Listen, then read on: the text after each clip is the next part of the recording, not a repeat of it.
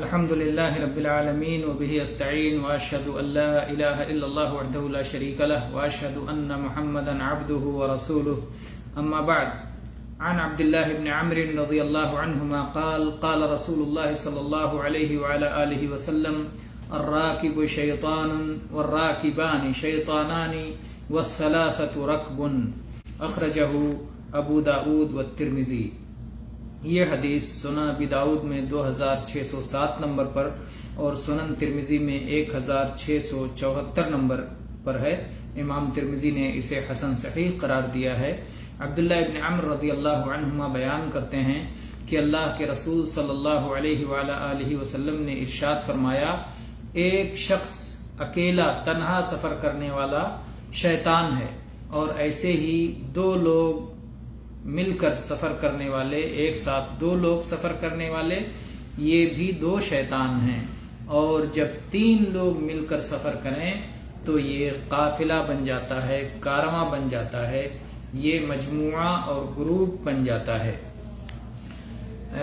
ایک شخص اکیلے تنہا سفر کرنے والا شیطان ہے. کیوں؟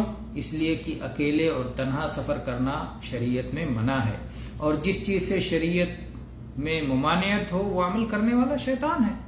تو اس حساب سے ایک شخص تنہا سفر کرنے والا شیطان ہے، اور دو لوگ بھی سفر کرنے والے شیطان ہیں، اس لیے کہ صرف دو لوگوں کا سفر کرنا یہ بھی ممنوع ہے، اس لیے اس طرح کا عمل کرنے والا بھی شیطان ہے.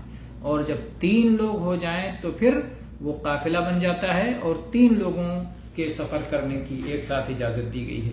یہ ان راستوں کی بات ہے جن راستوں پر آمد و رفت نہ ہوتی ہو، جو تنہائی راستے ہوں، جس پر شیطان کا گزر ہو، جس پر خطرات ہوں، جس میں چور ڈاکو ہوں، جس میں جو ہے نقصان دہ چیزیں ہوں. اور اس لحاظ سے بھی کہ ایک آدمی پر اور دو آدمی پر شیطان کا مسلط ہونا زیادہ آسان ہے، اور شیطان تنہائی میں انسان پر حملہ کرتا ہے، اور جب دو ہوتے ہیں تو بھی شیطان حملہ آور ہوتا ہے. لیکن جب مجموعہ ہوتا ہے، بہت سارے لوگ، تین یا اس سے زیادہ لوگ ہوتے ہیں، تو شیطان کا حملہ کم سے کم ہوتا ہے. انفرادی حالت میں شیطان اپنے آپ کو زیادہ مضبوط سمجھ کر کے وساوس کے ذریعے سے پہلے وسوسہ ڈالتا ہے، پھر اس اعتبار سے اپنے اثرات دیکھ کر کے مزید اپنے حملے تیز کرتا ہے. تو اس لیے تنہا سفر کرنے سے منع کیا گیا ہے. اگر تنہا کوئی آدمی سفر کر رہا ہے تو اس کا کوئی معاون نہیں، کوئی ضرورت پڑ جائے، کوئی بیماری ہو جائے، کوئی اور مسئلہ آ جائے، کسی طرح کی تکلیف ہو جائے تو اس کا کوئی ساتھی نہیں. اور دو لوگ بھی ہوں تو یہ مسئلہ قائم ہے. لیکن جب تین ہو جاتے ہیں تو ایک دوسرے کا ہاتھ بٹاتے ہیں، ایک دوسرے کے کام آتے ہیں.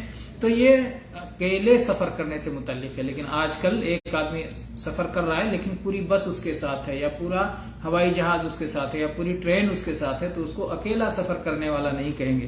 اس کی پہچان کا کوئی آدمی نہیں ہے. اس کا مطلب یہ نہیں کہ وہ اکیلے سفر کر رہا ہے، یہ تو کارواں کے ساتھ میں سفر کر رہا ہے. لیکن ایک آدمی تنہا اپنی سواری سے اکیلے گھوڑے پہ بیٹھا اور چل پڑا، اور ایسے راستے میں جو سنسان راستہ ہے، جو صحرائی راستہ ہے، یا جو خطرناک راستہ ہے، رات کے اندھیروں میں سفر کر رہا اور اکیلا، اس کے ساتھ کوئی نہیں ہے، یا صرف دو لوگ ہیں، تو کم سے کم ایسی صورت میں تین لوگوں کو مل کر سفر کرنا چاہیے. واللہ تعالی عالم، والحمد للہ رب العالمین، صلی اللہ علی نبینا وسلم.